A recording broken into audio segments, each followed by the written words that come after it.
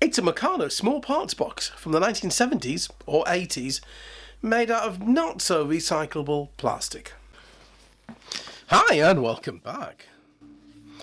When I first started looking through the 1930s manuals, there were lots of models that I had no intention of building.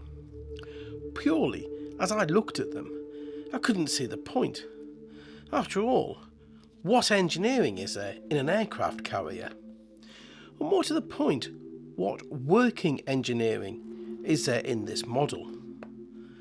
But Meccano at the time was more than just an engineering toy. It was also a moment for young minds to learn so much more. And general knowledge is a good thing after all.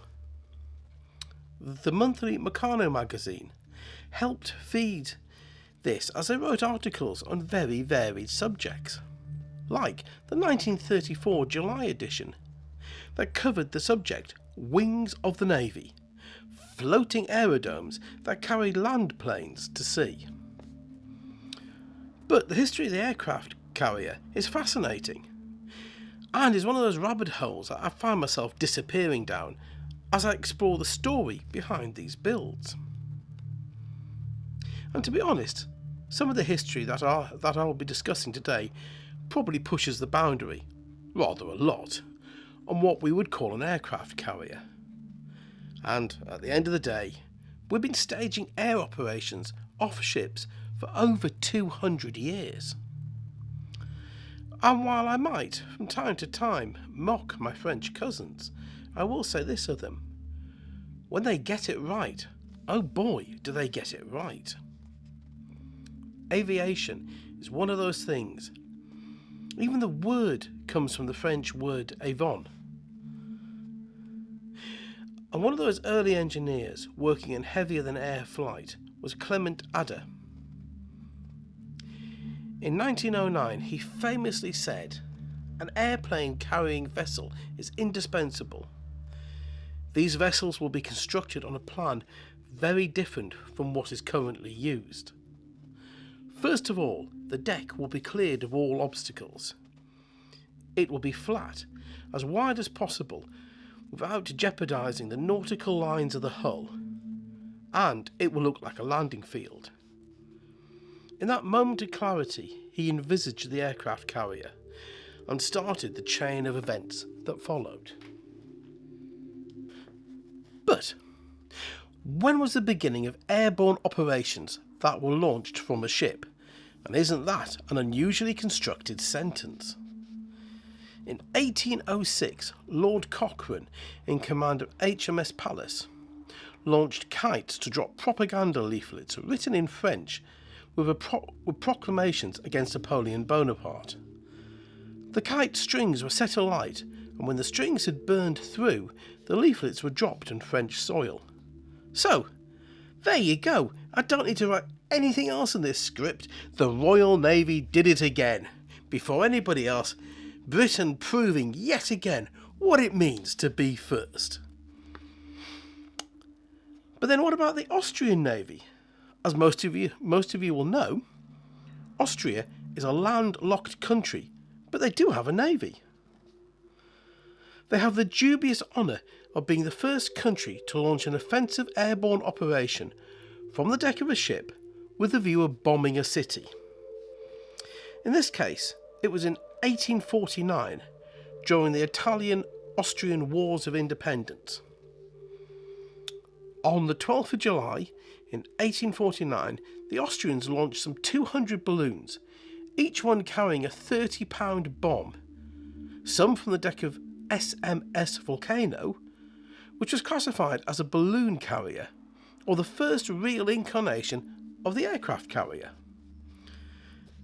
The intention was that the bombs would be released over the city of Venice, and then the timed fuse would detonate. Due to a misunderstanding, or maybe poor communication with the wind, or even God, it is Venice you're trying to bomb after all, the balloons all blew in the wrong direction. Venice did fall in the end, the last stronghold of the Italian cause, on the 22nd of August, mainly due to an outbreak of cholera, costing the lives of nearly 3,000 of the inhabitants of the city. So, what is a balloon carrier? Just as the name suggests, it was a ship equipped to carry out balloon operations against an enemy force. While the last two examples are for unmanned aerial vehicles or UAVs, one of them controlled using control wires and the other one autonomous, the first manned flight of an aircraft was by the Union Army in the American Civil War of 1861 to 1865. The Union Army purchased the George Washington Parke Custis, which had been a coal barge, and clearing the decks of all obstacles, they fitted it out with gas generators. The first use was on the 11th of November 1861, where from a distance of 3 miles a crew of 4 were able to observe the Confederate forces preparing positions for artillery around Freestone Point. The advances in balloons and dirigibles led to the creation of balloon carriers or balloon tenders being commissioned, with the United Kingdom, France, Germany, Italy, Russia and Sweden all building ships. But the advances in heavier-than-air flight during the First World War ended the development of balloons for both reconnaissance and combat missions. Even before the First World War, the invention of the seaplane saw the creation of the seaplane tender, a ship that was designed to lift seaplanes both onto or from the water with internal hangars for the servicing of aircraft. The next link in the chain had been created. And as with inventions, there has to be the firsts, and the Americans get this one. On the 14th of November 1910, Eugene Ely was the first person to fly an aircraft off the deck of a stationary ship, USS Birmingham, taking off from a ramp that had been constructed over the forecastle. On January the 18th, 1911, he was also the first person to land an aircraft on a stationary ship, this time USS Pennsylvania. This time with a temporary superstructure over the aft of the ship. To slow his aircraft down upon landing, an arrangement of ropes tied to sandbags were placed across the deck. The idea worked and would eventually evolve into the arrestor hook and wires that would be used in future aircraft carriers. The first takeoff from a moving ship was carried out by Commander Charles Rummy Sampson of the Royal Navy on the 9th of May 1912, flying a short S-38 from the battleship HMS Siberia at the Royal Fleet Review of that year. The First World War saw the development of the aircraft carrier, and HMS Ark Royal was arguably the first active aircraft carrier seeing service in the Mediterranean during the conflict. One of our actions was that of supporting the Gallipoli campaigns of 1915, a campaign that one of my grandfathers fought in. During the war, the Royal Navy used HMS Furious to experiment on for the best design option. The ship was rebuilt 3 times to perfect the theory, and had the glory of being the first moving ship at sea to be landed on by Squadron Commander E.H. Dunning of the Royal Navy, flying his Sopwith Pup on the 2nd of August 1917. He was killed 5 days later, attempting another landing on Furious. The Royal Navy also claimed the title of first ever carrier-launched airstrike on the 19th of July 1918, when it attacked the German Zeppelin base at Tondern, using Sopwith Camels armed with 2 50-pound bombs. The 1920s saw what we would consider to be the modern look of the aircraft carrier. HMS Argus was the first full-deck flat top up to that point.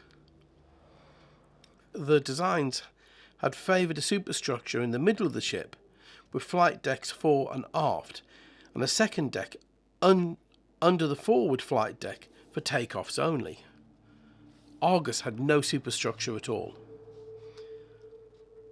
And it was with HMS Hermes laid down in 19, the first purpose-built aircraft carrier in the world. Up to this point, ships had been converted from other purposes, with cruisers or merchantmen mainly being used. The superstructure was offset to the starboard side to allow for a clear landing deck. As Hermes was being built, the Imperial Japanese Navy ship Hosha was also laid down in 1919. But she was the first to be finished and was commissioned in 1922, while Hermes was commissioned in 1924. Hermes was commissioned 2 days earlier than her sister ship HMS Eagle, the aircraft carrier that was discussed in the 1934 July edition of the Meccano magazine, Wings of the Navy. The engineering goes on with greater and greater developments. But as history goes, we have caught up with the build. But if you know your ships, you will have noticed that the superstructure is on the port side of this build, not the starboard side, as it is built. I'm not sure why Meccano laid down its instructions like this. Maybe it was just a fluke. Maybe the picture got flipped around. And maybe it's one of those errors that appear in Meccano instructions from time to time, and as the engineer in charge, you were meant to spot it and fix it. But either way, this was a really fun build, leaving a rather nice looking model at the end of it. Like I said at the beginning of the video, I might from time to time mock my French cousins. But here's the thing. France, in the early days of aviation, led the game in flight. Yes, the Wright brothers were the first to power heavier-than-air flight, but the French had taken to the air 150 years before. This is no small lead, as all too often we see. This is a century and a half before everybody else. That the words we use for flight, aviation, is French in origin. The French engineers that gave us seaplanes in 1910 opened the door for designs like the Dornier X flying boat, Howard Hughes' H-4 Hercules Spruce Goose, the Sunderland flying boat. My great-uncle's land speed records in Babs were powered by First World War Liberty aero engine. The passion of the French nation can be felt by the world when we see flight, for France is the lift beneath those wings, as Airbus is the largest manufacturer of aircraft. And I'm not bashing other countries' input, engineering advances or brilliance in this field of engineering, but just when France gets it right, oh boy do they get it right. And I'll say this, très bon France, bravo, but I'd never admit it in public.